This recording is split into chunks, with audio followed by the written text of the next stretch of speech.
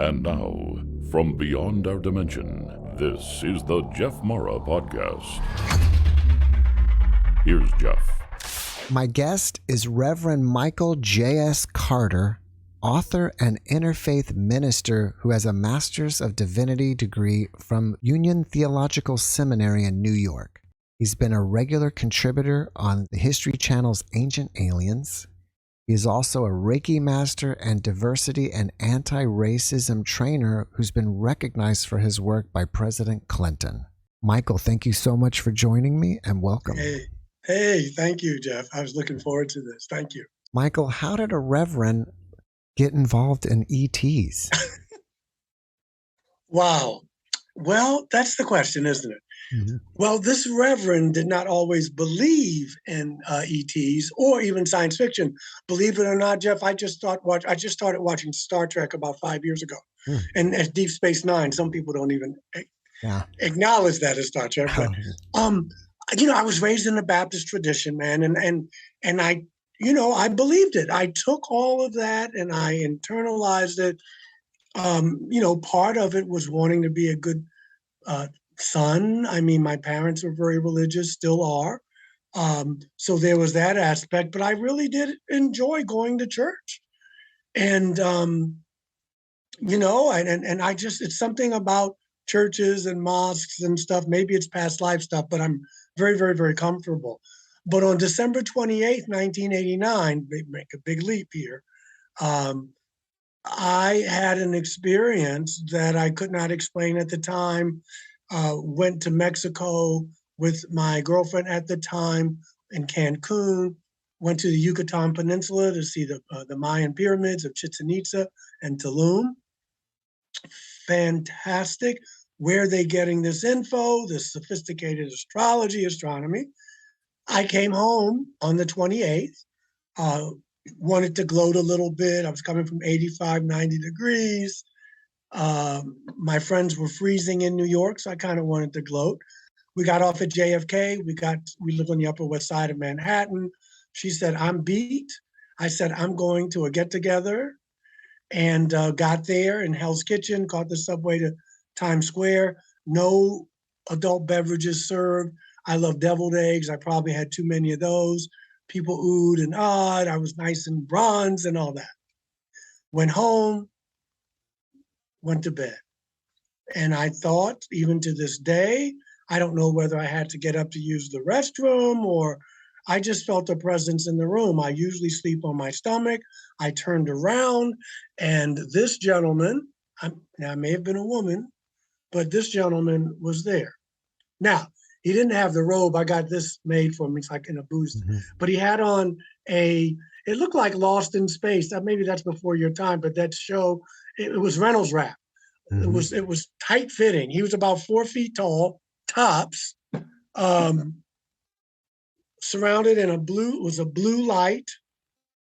And around that, a white light. It's like my room was lit up like Times Square. This was not, on some rural road like Betty and Barney Hill. This was in the Upper West Side of Manhattan.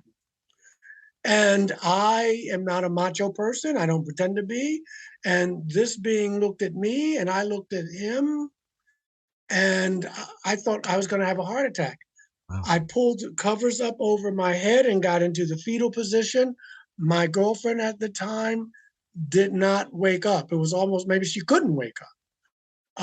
And then I heard this noise like, whoosh, and I felt like I was outside. The temperature changed. Now, this is at the Excelsior Hotel, 45 West 81st Street, still there, West 81st between Columbus and Central Park West. And I pulled the covers down, quiet, like nothing happened. I had so much energy, I felt like I could jump out the window. I woke Sandy up. She did not think I was crazy during the whole time. And, she believed me. She just, what do you say when your partner says that? I called some friends of mine. One was an astrologer. She has since crossed over. Donna Cunningham has some books out, just a beautiful soul. And she said to me, I want you to catch the subway to St. Mark's Place and walk east. And you're going to see a mural on a wall. Look on a fence. Look at it and tell me if it's what you saw. And sure enough, a couple of days later, I went down there and someone had painted pictures of grays, just their faces, as a mural on this wall. So twice a month, every full and new moon, I would get a visit from these brothers and sisters. Okay. And Sandy worked in the evenings. Not that they cared, but I was alone for the most part. And they would freeze me. I would have paralysis, but my eyes and stuff were open. They would show me pictures. They showed me a picture of a past life. They showed me a picture of a future event. Nothing, apocalyptic, but in my life, something that happened, a speech I gave, and it did happen. I would feel like electrodes going through my body. And I just felt like I was shifting. I felt more intelligent. My heart I just felt more loving. That's the best way I can put it. I just felt myself changing. Now, I was afraid all the time because they would come suddenly. They'd walk in the room. I couldn't move. So it wasn't like they just all kumbaya, but they never really hurt me. One time they hurt me and I asked them not to and they stopped. And we can talk about that. But then I started seeing other beings. I saw this person, a reptilian. Looking back, beautiful, beautiful individual. Eyes were like cat. The pupils were what is that, vertical? Yeah. Back in 2019, I met this individual, a praying mantis person. I had a healing back on July 4th, 2013 from this guy. Looks like he's from Denmark. So I've seen them. What it did for me, now physiologically, how did I change? Hair grew quicker, faster, skin and nails. I could get by with much less sleep. My intuition was off the charts. I always saw auras and stuff since I was a kid, but I could really, it was, but again, I was working on these things. When I got away from Christianity, as I knew it, I started reading Sartre and Camus and existentialists, which was frowned upon in the Baptist church. I started, reading so-called, psychic phenomenon, reading metaphysical, went to science of mind, religious science at that time, unity. I was expanding. So when they came, it just accelerated. I couldn't, I had this desire to do hands-on healing. So I went to study Reiki and all these other modalities. But what got me was the Bible piece, because I was drifting away from Christianity, interpreting Jesus and his teachings in a different way than mainstream Christianity. But I started reading. My friend and colleague, Dr. Barry Downing, wrote a book in 1968, The Bible in Flying Saucers. He's a retired Presbyterian minister, brilliant man, not an experiencer. And he caught a lot of for his writings, but he persevered. Morris K. Jessup in the 50s died under mysterious circumstances, wrote a book on UFOs in the Bible.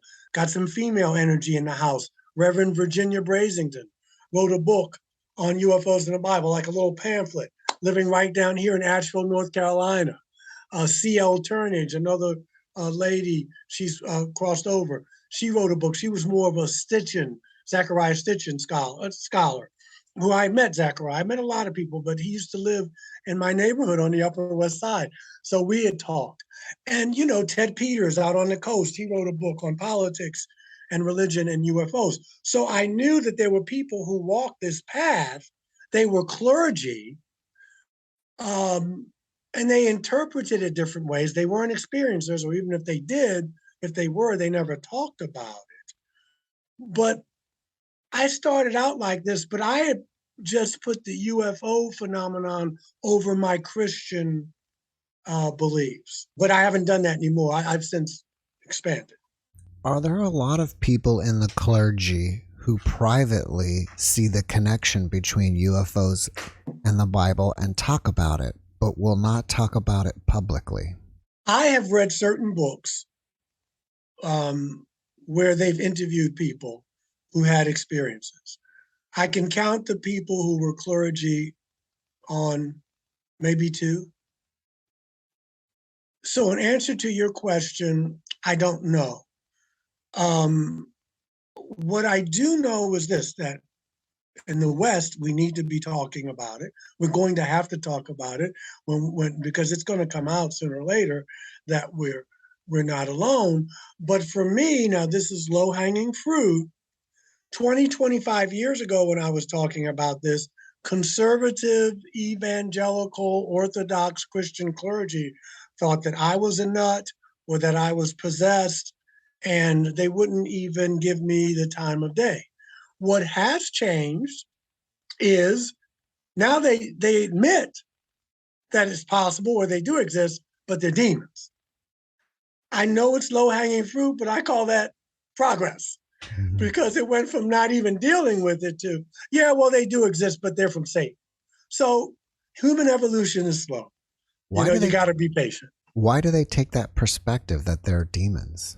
I think because of we as human beings are, what we don't understand, we must label.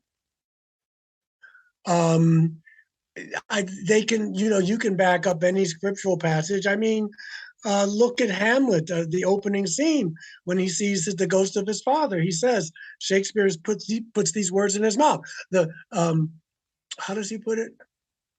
I'm paraphrasing. The spirit that I've seen may be the devil, and the devil hath power to assume a pleasing shape. So if you got that mindset, no matter how nice they are, how benevolent they may seem, well, that's still the devil, because that's how they lure you in. So it's basically fear of what we don't understand. I mean, we do it with each other. And so we kind of do it with off-world intelligences as well, because we don't know, we don't understand. It's just easier to label it. Now, you mentioned earlier that the Greys were physically hurting you, and then you asked them to stop. Just one time. Can you tell us about that? Sure. And they were kind of off-white. I'm not trying to be funny, but they're colored because there's so many species of Greys. Some of them are 10 feet tall. Some of them are as tall as, 4 feet. No, one time when I was paralyzed, they showed me in my mind's eye a syringe, a needle. And I was scared. I couldn't move. And, this is the second time. Right back here, they stuck it where that hollow is, that little indentation where your cortex, the cerebral thing, meets your neck. Excruciating, okay? And I remember screaming out loud. And then it was gone. The picture was gone, they were gone, and I was kind of left there in like a puddle. And I talked to an astrologer friend of mine, and she said, Michael, I'm going to give you some suggestions. She said, this is going to sound crazy, but you're going to have to set some limits. Now we call them boundaries with these folks. You just got to talk. They're probably in the room listening to you now. Obviously, they're around you. You just tell them. You tell them in your meditation, walk around the room and say, you're hurting me. If we're going to have whatever we have, that cannot happen again. So I did it. I felt like a fool, but I did. So the second time they came that month, because they came full and new moon for about 8 months, almost a year, I'm paralyzed. And I know they're there, and they show me a syringe. And I felt, it's almost like when you give blood and they take it and you don't even feel it. The nurse is just, mwah. Well, that's what happened. I didn't feel it. And it was right in my crown. Mm-hmm. And I went back and I told Don, and I said, my God. And I felt like they listened to me because they didn't do it on purpose. And what it taught me, not just that, Jeff, but the entire experiences because I was healed from a blood clot on July 4th, 2013 by this Denmark-looking, the Nordic person.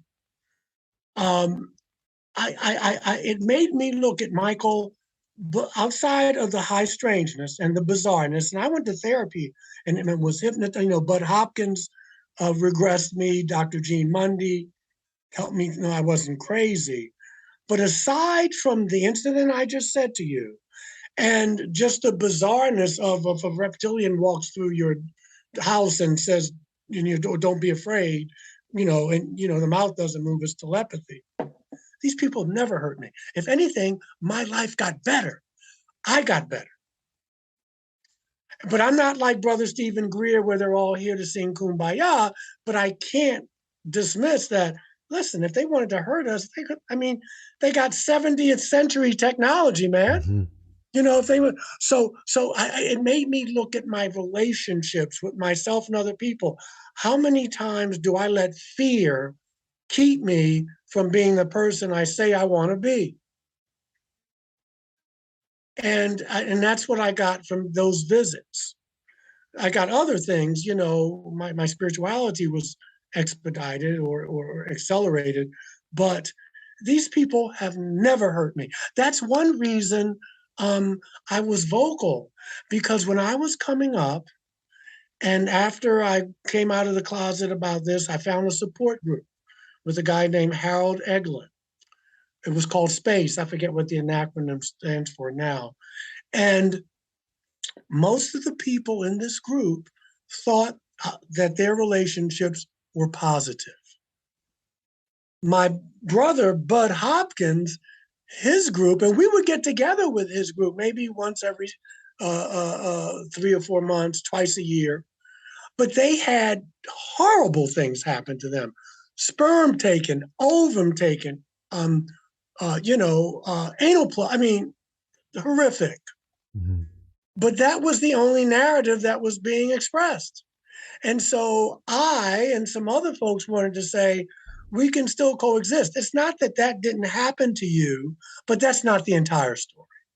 And so that was a great motivation for me, because I see how it comes between us racially and gender, that, we put people in a box and that becomes the narrative. And, that has to stop. I believe your first book is called Alien Scriptures. What did you do? Did you decide to kind of reevaluate the Bible from a UFO perspective and then start? Yes, that's exactly what I did. I was influenced by Zecharia Sitchin, who talked mostly about the Anunnaki, and Zecharia was Jewish. And at that time, I was still holding on to Jesus. And I said, when are you going to write a book with Jesus? But of course he wasn't. Because there was a different sensibility.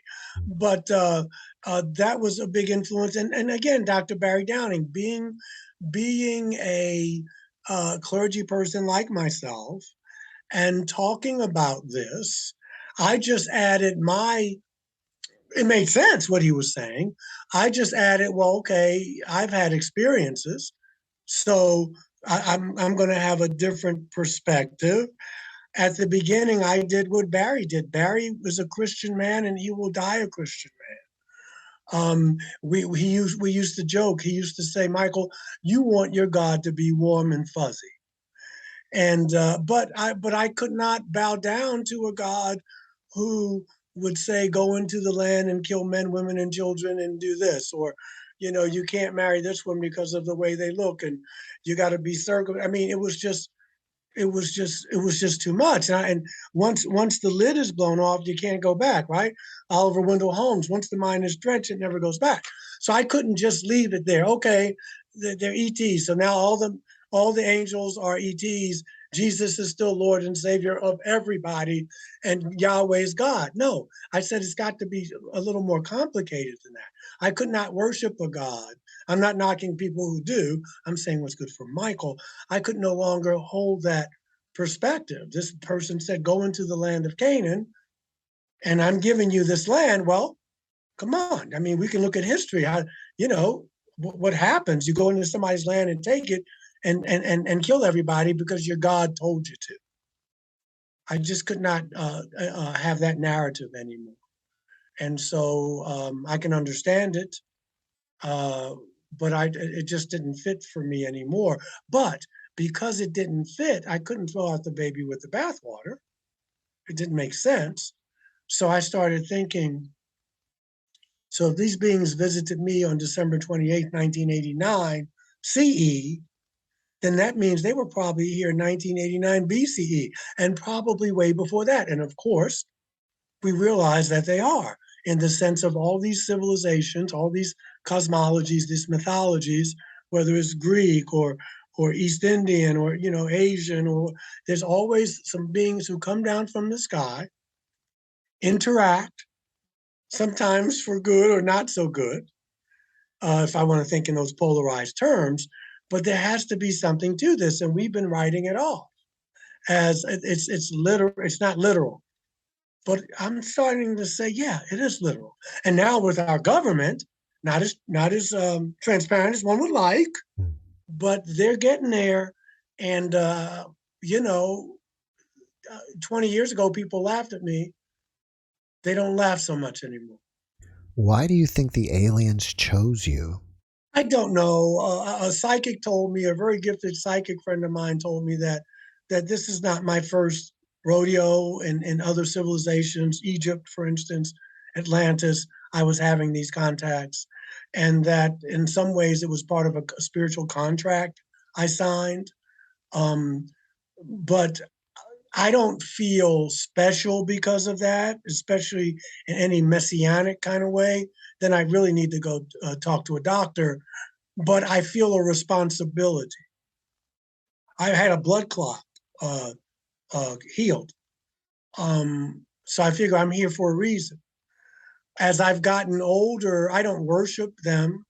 They're like guides for me, probably friends. But as I've gotten older, and with some education, going to seminary and stuff, but as I've gotten older, my concept of God is more abstract. It's not as personal.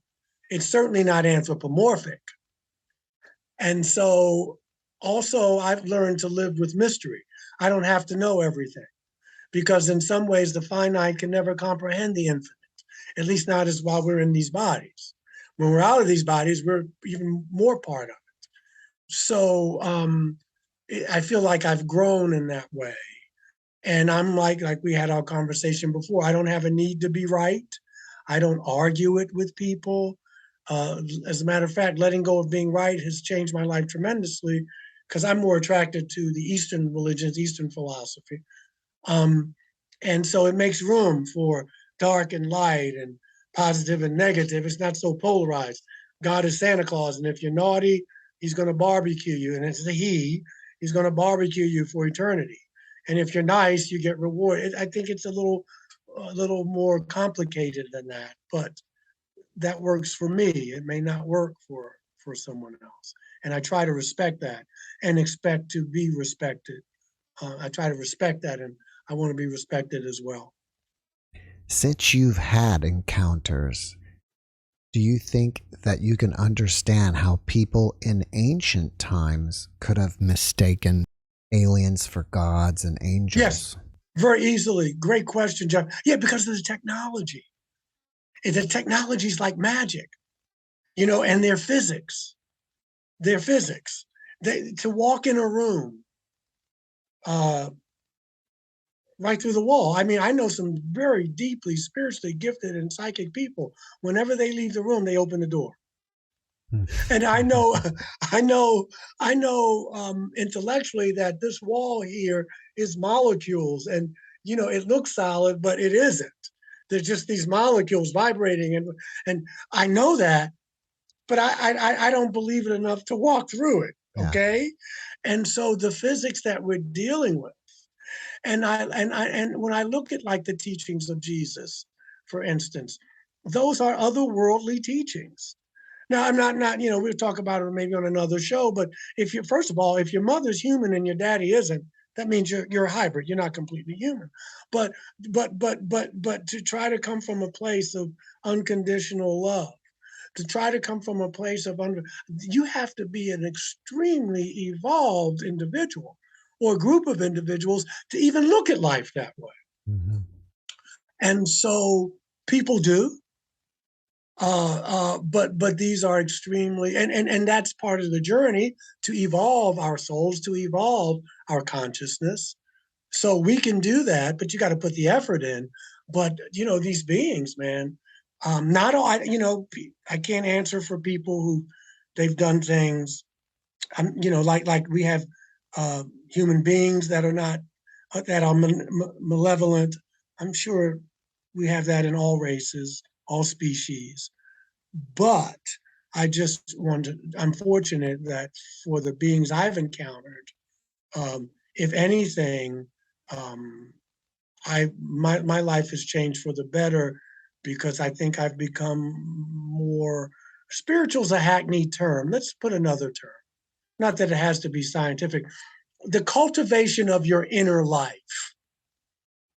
Okay, that's how your consciousness changes, and they helped me with that by letting me know I was on the right path. They didn't do it for me, but they let me know I was on the right path. Are you still getting contact? And if so, how do you put that contact aside and still go on with your daily routines? Great question. The last physical contact when they were in my room was 2019. Someone told me it was going to happen. They were accurate. And that's when I met a praying mantis person. We can talk about that because it freaked me out, obviously, but this woman told me in 3 days you're going to meet this person. But because and probably being in therapy and counseling and doing therapy and counseling myself, and we touched on it before we went on the air. This is life. You have to be able to live your life, and we all do this. Maybe you went to a party, you had the greatest time of your life or not. And then, it's all this stuff. And the next day you're like, oh, it's back to, I got to get up and go to work. Did we pay that bill? There's that car payment on. This guy flipped me the bird on the road, or he gave me the N-word, or what. This is what we have. And you can live in that place, but that's not all that is. And it made me realize, plus I'm 65, man. I just turned 65 in July. I got my Medicare card. Those 65 years went like that. I'll be dead in 30, 35 if I'm lucky, maybe 40. So if 65 went like that, the next 40. But this is what I have. And even they, I think, would say, Michael, I'll give you an example. During the first few months, they would come to me in my dreams. One dream I had, I was in a scout craft, and I was sitting in the back, a two-seater, and there was a gray person behind me. And we were talking and laughing, and no, I'm sorry. He was in the front. He was driving. All of a sudden, he stops, and he says, "Get up here." And I was like, "What? Get up here." So we kind of switched. And then we went forward, which is a good sign, and the dream went away. He was saying, "Hey, man, we're not guiding your life. This is your life. You take the front seat. You get in your life. You be proactive. Don't be leaning on us. We're around, but this is your life." That's what I got from that. And that's what it is. And it's easy because it's easy to abdicate responsibility. It's easy to be awed by their beauty or their bizarreness and the things they can do. But and it's easy because human beings love to give our power away to charismatic politicians and preachers, and it's easy to abscond and say, "Wow, you do it." But it's still my life. And there were years, maybe a couple years, where I didn't see them physically, maybe a dream, maybe I felt the presence, but that was good because I needed to be focusing on, I got a daughter, I've been married twice, thinking about a third. I got a congregation to look after. pretty healthy, but I got allergies. And so I'm in the body, and I need to take care of it while I'm here. And so that's my story around that. Did I miss them? Yeah. Yeah. I mean, I genuinely missed them, even though I was afraid because of just the bizarreness of the situation. But like I said to you before, let's say I have a visit tonight. Yeah, I'll call some friends and maybe if there's an interaction or whatever. But 11 o'clock tomorrow, I got to be at work, man. We got a service. There are people who are dependent on me to be there. People need to talk to me. And that's what I have to do. So you have to kind of have your feet in different worlds. I'm a parent. I'm a co-parent. Okay, I got a relationship now. Just bought a house, needs work. Thinking, where's that money coming from? I gotta, and so this is part of it as well, a very important part of it. And otherwise, you abdicate responsibility. I lost friends because that I chose to because you couldn't talk to them about anything else. It was almost self-absorbed, and I can understand how you can go there, because outside of the birth of my daughter, this is the most wonderful thing. I mean, my marriage, but you know what I'm saying? It's up there with oxygen. But it's not all of it. And I think they would agree. That's why you have this incarnation. That's why you're here. Can you tell us some of your favorite examples of aliens in the Bible, as you've noted in your book, Alien Scriptures? Well, I'm going to be honest with you. They all are pretty amazing to me. When I found out that Genesis 6:4, that the Hebrew word was Elohim, which meant plural, gods, instead of one God and the Trinity and all that, that was pretty mind-blowing. Again, that's Zechariah 6 and stuff, and people can look that up. Well, Jesus was always a hero of mine, and I'm in Western culture.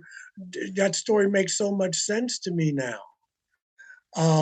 About, I mean, you get hints of it, and some things were put in the Bible, some things were taken out. When in John, when he's before Pilate for his life, and Pilate's talking to him, and Jesus, according to John, is not, he's being, he's keeping his mouth shut. He knows it's not going to be the greatest day for him.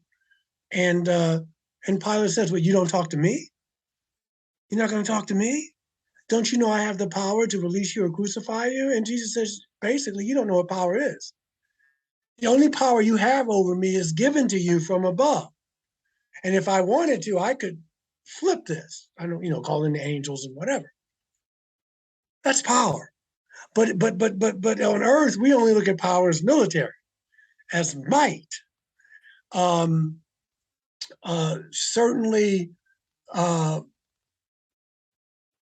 Ezekiel, the wheel that he sees, and he's writing about what he sees. Moses, I mean, there's no Hebrew religion without the Exodus. There's no Judaism. They're just a ragtag band of people who fled Pharaoh. And Yahweh comes in his dysfunctional way, and you got to be circumcised, and you can't intermarry, and you got to just worship me. And so he's giving them some structure, giving you these commandments. There were like over 100 commandments, and they got it down to 10. But people don't realize that those commandments were just for the Jewish people. They weren't for the Gentiles. If they were, thou shalt not murder, not thou shalt not kill. But my point being, if it was for everybody, you couldn't go in the land of Canaan and kill them, and because this commandment said you couldn't. But that you don't covet your neighbor's wife. You don't commit adultery with your neighbor. You don't covet your neighbor's property. But the unclean ones, the Gentiles, the uncircumcised ones, you can do what you want. Speaking of Moses, I saw you in an episode of Ancient Aliens called Aliens and the Ark. What is your take on the Ark of the Covenant? I I think it's an extraterrestrial device. I mean, Yahweh tells them this is the way you can communicate me. He gives them the metrics of how he wants it built. There's gold, there's copper, those are conductors. They think that they say Yahweh talks to them through this device. They didn't understand. People were dying, so it was highly radioactive. People had boils and what have you. I think it was, well, it says it, that this is how, that's why it was so sacred, that this is how we communicated with Yahweh. This is how you will communicate with me. And it's an extraterrestrial communication device. I don't see what else it could be. Now, people touched it and died, and they thought, that the Lord was angry, but it's probably because electrical shock or radiation. See, what we have to do, I think, is to look at it from a 21st century mindset. And that, as you asked or implied, our ancestors were trying to describe to us in the vernacular of their day what they were seeing. If we went back in time to the Crusades, or maybe even before, and we got weapons, laser weapons, we've got cell phones, we would be godlike to them because of the technology. But we know that technology doesn't bring wisdom, right? Look at us. Yeah. And so there's a spiritual maturity that you need to have in order to use the technology. If Eisenhower made a treaty, if that story is true, the bigger lesson is this, and he winds up doing it with the Greys instead of these Nordic people. And they, the way it goes is they said, look, Eisenhower said, well, how can we stop you from doing what you want? You're so powerful. But the Nordic folks said, stop your nuclear testing, ban your nuclear weapons, and we will give you technology and we will help you cultivate your spirituality. Eisenhower said no. Well, basically what they were saying is, you'll get the toys when you know how to use them. Well, we had just came out of World War II. We were flexing our muscles. We're still having the argument using free energy, which is probably what they were using, and coal. The economy would collapse. We just weren't ready for those type of choices. So what happens? Allegedly, he makes a contact with some other folk in exchange for technology, and we can, examine, and as long as we return these people, those kinds of things. But even if that's not true, if you look at it as a parable, these human-looking people, and that's probably the ease because they look like, the dominant culture, but they were saying, if you can stop using, you're not ready for what you're doing. You're going to hurt yourself, and it's going to reverberate. And we said, no, we can't do that. What's that story about?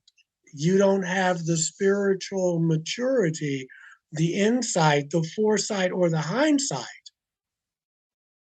You're playing with something very dangerous. And this is why these sightings really expedited after Hiroshima and Nagasaki. It's like having neighbors down the street that are noisy and dangerous. You got to go down there and check it out because they're going to hurt themselves and they're going to hurt the whole neighborhood. I've heard that the words Pleiades and Orion are in the Bible. All through the Bible, all through it. Hold on. Maybe you can give us a passage. Just let me go to Job 9:9. Who made the bear and Orion, the Pleiades and the chambers of the south? Who does great things beyond understanding and marvelous things without number? So whoever this person is, the Lord, might not be Yahweh. It could be the commander of a ship or whoever, but he's letting you know his resume. Not a humble person. Yeah. Not a humble person. Not that you have to be, but I mean, if you read the whole story, Job gets pretty berated. He gets berated Carl Jung wrote a book called about Job, and he says actually in the book of Job, Job is more moral than the God is. And what was the other one? 38? 38:31. Okay, let's get to it. Yeah, 38:31. And he's still giving Job the bit. He says, can you bind the chains of the Pleiades?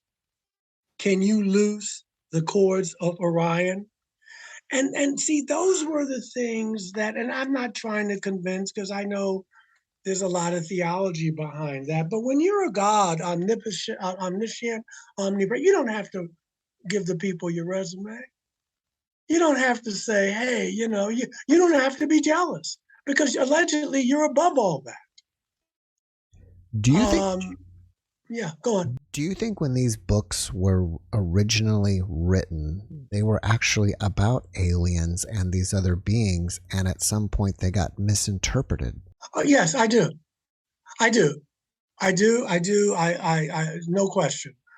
And again, they were just trying to tell us about the experiences they were having.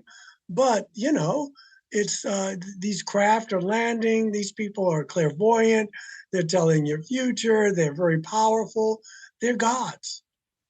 They are gods. And that's what these folks, but there's some profound and beautiful spiritual truths that are in the book along the way. I don't want to write it off as just an extraterrestrial, sci-fi story, because it's not. However, our ancestors were telling us that we were, and at the same time, our brothers and sisters in India, which much older civilization, were talking about vimanas, flying machines. And you look at the Greek pantheon of gods. You look at the Hindu. They're like us. They lust. They make love. They drink. They fight. Okay, they're very human. They get jealous, and they walk the earth. So I think we just have to look past, as you can, the indoctrination we got, and just say, wait a minute. All these cosmologies talk about beings coming down from the sky. And they got involved. I mean, it was no prime directive. Yeah. Yeah. They went native, man. Yeah. They went native. So, So when and why did these interpretations or misinterpretations take place, in your opinion? I like that. For power, the usual suspects. The usual, so when these gods left, they started a priestly caste was created. Michael, you represent this. You're the one, and so we're leaving. We're over it, and that's how your priestly caste gets the power, the glory. And what do? Well, we always do. We abuse it. We abuse it, and so there you have it. A friend of mine said something the other day. It took me a while to get around it.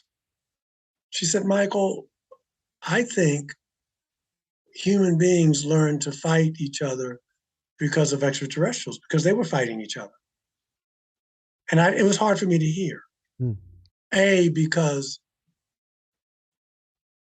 it smacked of, to my mind, that we're not responsible. And we are responsible. But she had a point. According to Sitchin, these gods, Yahweh, these gods, they had human beings fighting for them and with them. Jesus comes along and there's a whole different kind of God he's talking about. I don't think he's talking about Yahweh. He's talking about a different God, because he's trying to bring the mission back. I was on a radio show the other night, and someone said to me in the chat, do you think that these extraterrestrials, or some extraterrestrials, are influencing human beings with evil? And my response was, I don't know. But I do know that we have human leaders keeping us divided. I'm more concerned with that. Only because usually, and this could be me, when I hear that question, it's almost like I want to wash our hands. You know, someone else is doing it. The devil's doing this. The ETs are doing this. It's not us. Well, we have choice. Part of being human, part of being spiritual, having a spiritual maturity is accountability. And there's a power when you make a mistake or when you do something, when you can stand up and say, I did that. I did that. And I was wrong. That's why we love it when people apologize. That's why sometimes, you know, if you've never been apologized to, sometimes people just break down in tears because they've never, what you're saying is, you see me, I was wrong. I mean, I was right. And I needed to feel that, for someone to affirm me. And we don't get enough of that. It's always an excuse. So there's a powerful thing.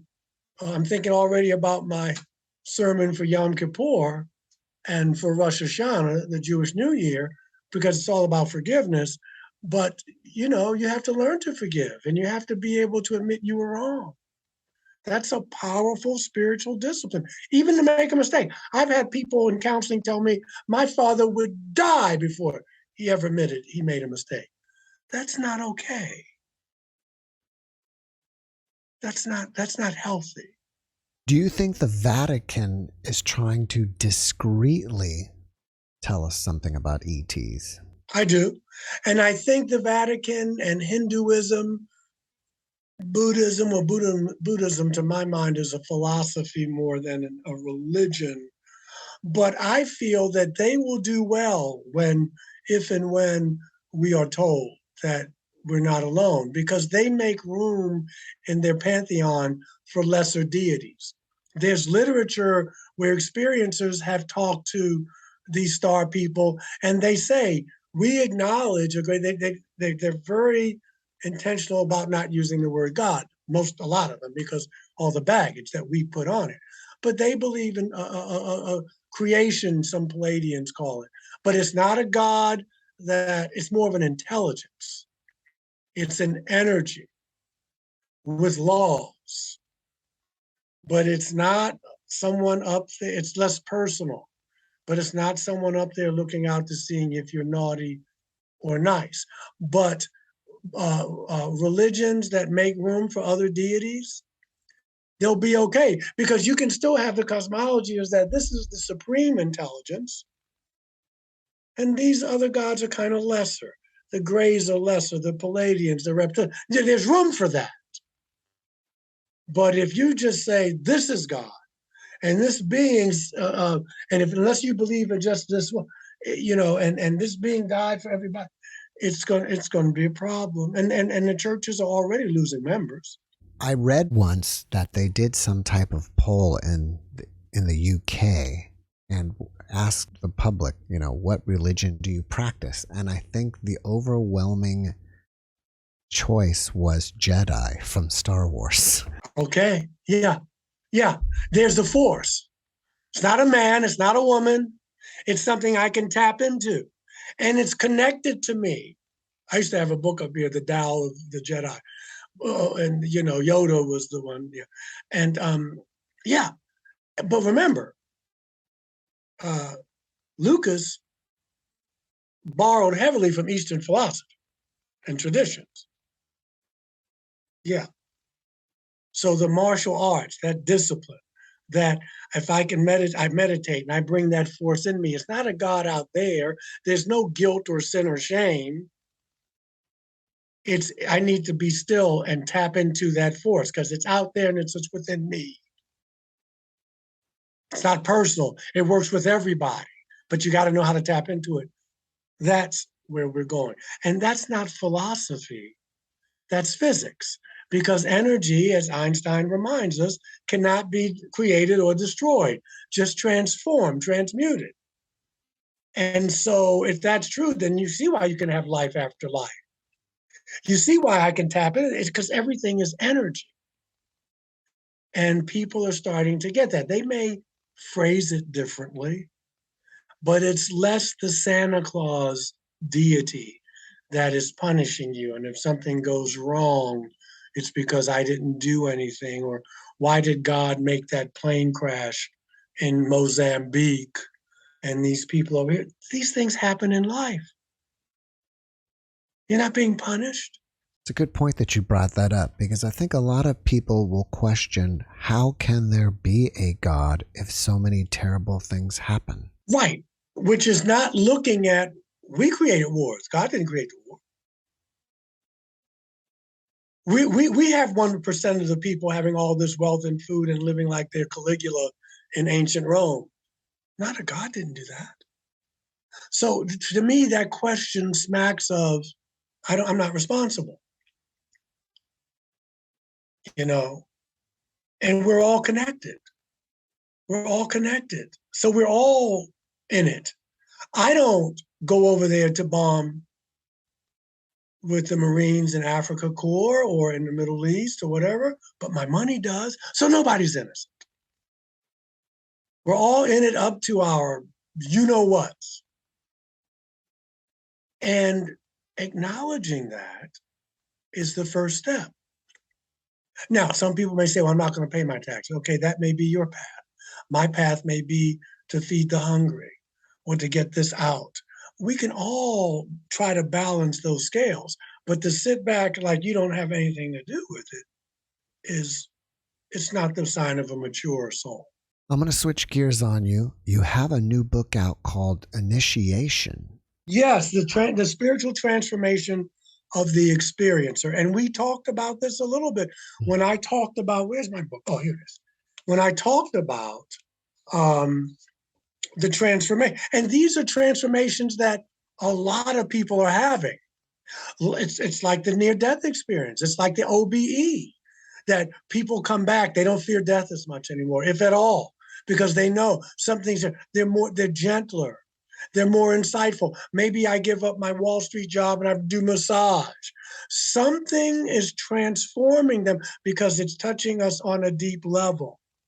And so this book, I wrote this book because I wanted people to know that experiencers are going to have a hand in whatever comes down the pike as we move forward as a society, as we move forward as a species, that we have to be taken seriously. Not everybody, because some people are kind of fringe, but we need to be spoken to.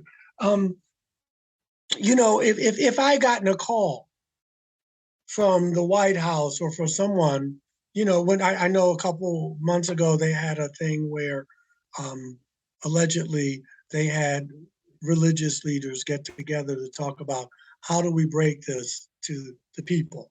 And I think that's wonderful. But, if they ever called me, I'd be there in a heartbeat, because I've also had the experience. I'm not just coming at it from, I have a Masters in Divinity, so I'm educated. I went to one of the top seminaries in the country, but we need to be listened to. It reminds me of when I was a chaplain and people were talking, Larry Dossey was writing his books about spirituality and healing and other folks, and they didn't what to do at the bedside, hospital workers and what have you, and they never called any chaplains. And I know why, because they were afraid they were going to get inundated with this overbearing Christian theology. Maybe, maybe not. Maybe you screen them. But these people, we are professionals and we're working in the setting, and you're not going to have, it's like having people talk about religion without having any clergy there. You can't, it doesn't make sense. So, and that's a fantasy. Maybe I will get a call one day.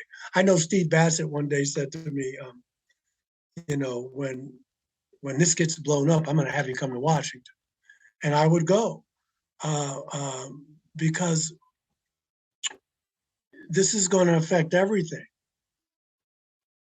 It obviously is going to affect the bottom line with money and with healing, but it's also going to affect, and most of the time, Jeff, I would say 8 times out of 10, when I'm on a show or when I'm talking to someone, they say, "Can I believe in UFOs and extraterrestrials and still be a Christian?" And I say, "Of course you can." But that's the thing holding them back. It's, they want to believe. They want to let that go. They find solace. And what we're saying is, if you believe in that, you're a nut. If you believe in that, you're a heathen. If you believe in that, you're believing in the devil. And no, you don't want to give people hell. You want to give them hope. And you got to stop the dualistic thinking, When I was doing my research of you, it looks like you've written a bunch of books. I've written 5 books. At least on I've Amazon. Are they all about Yeah. ETs and UFOs? No. What else do you got? No. The first book is Alien Scriptures. That's about UFOs in the Bible. The second book is it's an extension of that. Whitley Strieber, in his kind soul, said it was the best book written on the subject. Even I don't believe that, but he said I could use it as a blurb. It's called A New World If You Can Take It: God, Extraterrestrials, and the Evolution of Human Consciousness, because I think that's what we're going to need to change, as an evolution of consciousness. And I talk about leaders. Now, it's not exhaustive, but other people who were killed and ridiculed back in medieval times, saying that there's other people out there. There's other beings out there. I didn't want to be labeled a UFO minister, which is what I am anyway now, but I wrote a month-long meditation journey called God Consciousness. Looking back, I should have put God in quotations, but it's a 30-day meditation manual with wise sayings from atheists, from Christians, from Jews, from Hindus, and it's a lesson every day. It's an affirmation every day, and it's a 30-day meditation manual. And I wrote a book on prayer and affirmative prayer and the metaphysics of spiritual healing. Being an energy healer myself, I wanted to get that out of me. The last book was Initiation, it's a year old now. I wrote it, it was published like August 1st or 2nd of 2021. I just added some more chapters to it. I wrote a new foreword. I know it's only a year old, but I felt I wanted to do something different. So it's a little thicker, and they can get everything on Amazon, Barnes and Nobles. Go to my website, click on it, it'll come up. What's your website? My website is michaeljscarter.com.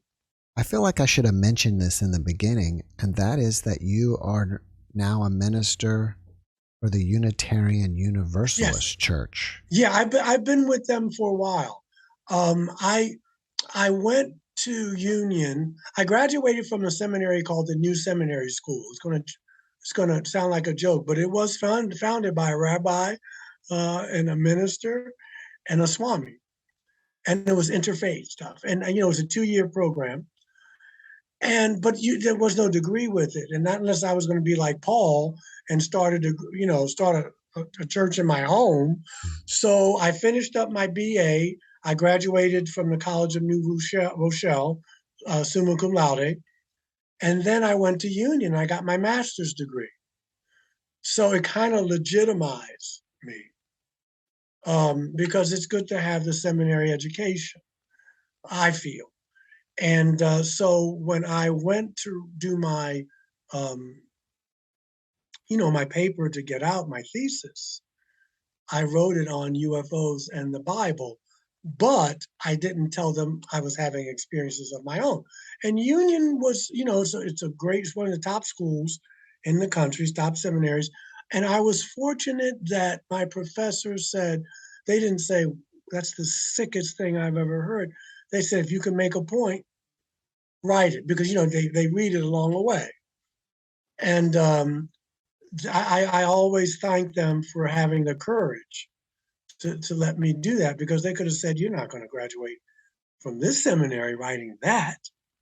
Now you're also going to be a guest speaker at UFO Contact in September in Michigan. Yeah. What's going on with I've that? never been to Michigan. And Kathleen Martin will be there. A lot of people, I've worked with her, but there are going to be some speakers there I have never worked with. I know some people are going to be talking about Bigfoot, and it's going to be a little more eclectic than just UFOs. There's a guy there that I did my first ever documentary with. He's an experiencer. Steven Spielberg produced this. It's called Abduction Diaries. And it was the first thing I ever did, and he was with me. So it'll be nice. And it's the first thing did since COVID, because, no one's really doing a lot of live stuff anymore, at least for the time being. So I'm looking forward to it. Fly in on the 22nd of September and come back home on the 25th. Nice. Is that going to be in Detroit? Actually, it's not in Detroit proper. It's going to be, hold on. Where are you? It's going to be in a place called Houghton Lake, Michigan, at the Lakeside Resort and Conference Center. It's called Houghton Lake. I've never been there. I haven't. My friend's name is Bill Konkoleski, but the other speakers I've never met. Kathleen Martin, obviously, she's a big name. But yeah, it's going to be an interesting conference, and it's a very diverse crowd. And it's 1, 2, 3, 4, 5, 6, 7, 12 speakers. Great. You got anything else that you're working on that you want us to know about? Well, I did 2 episodes of Ancient Aliens about 2 weeks ago. Time goes fast.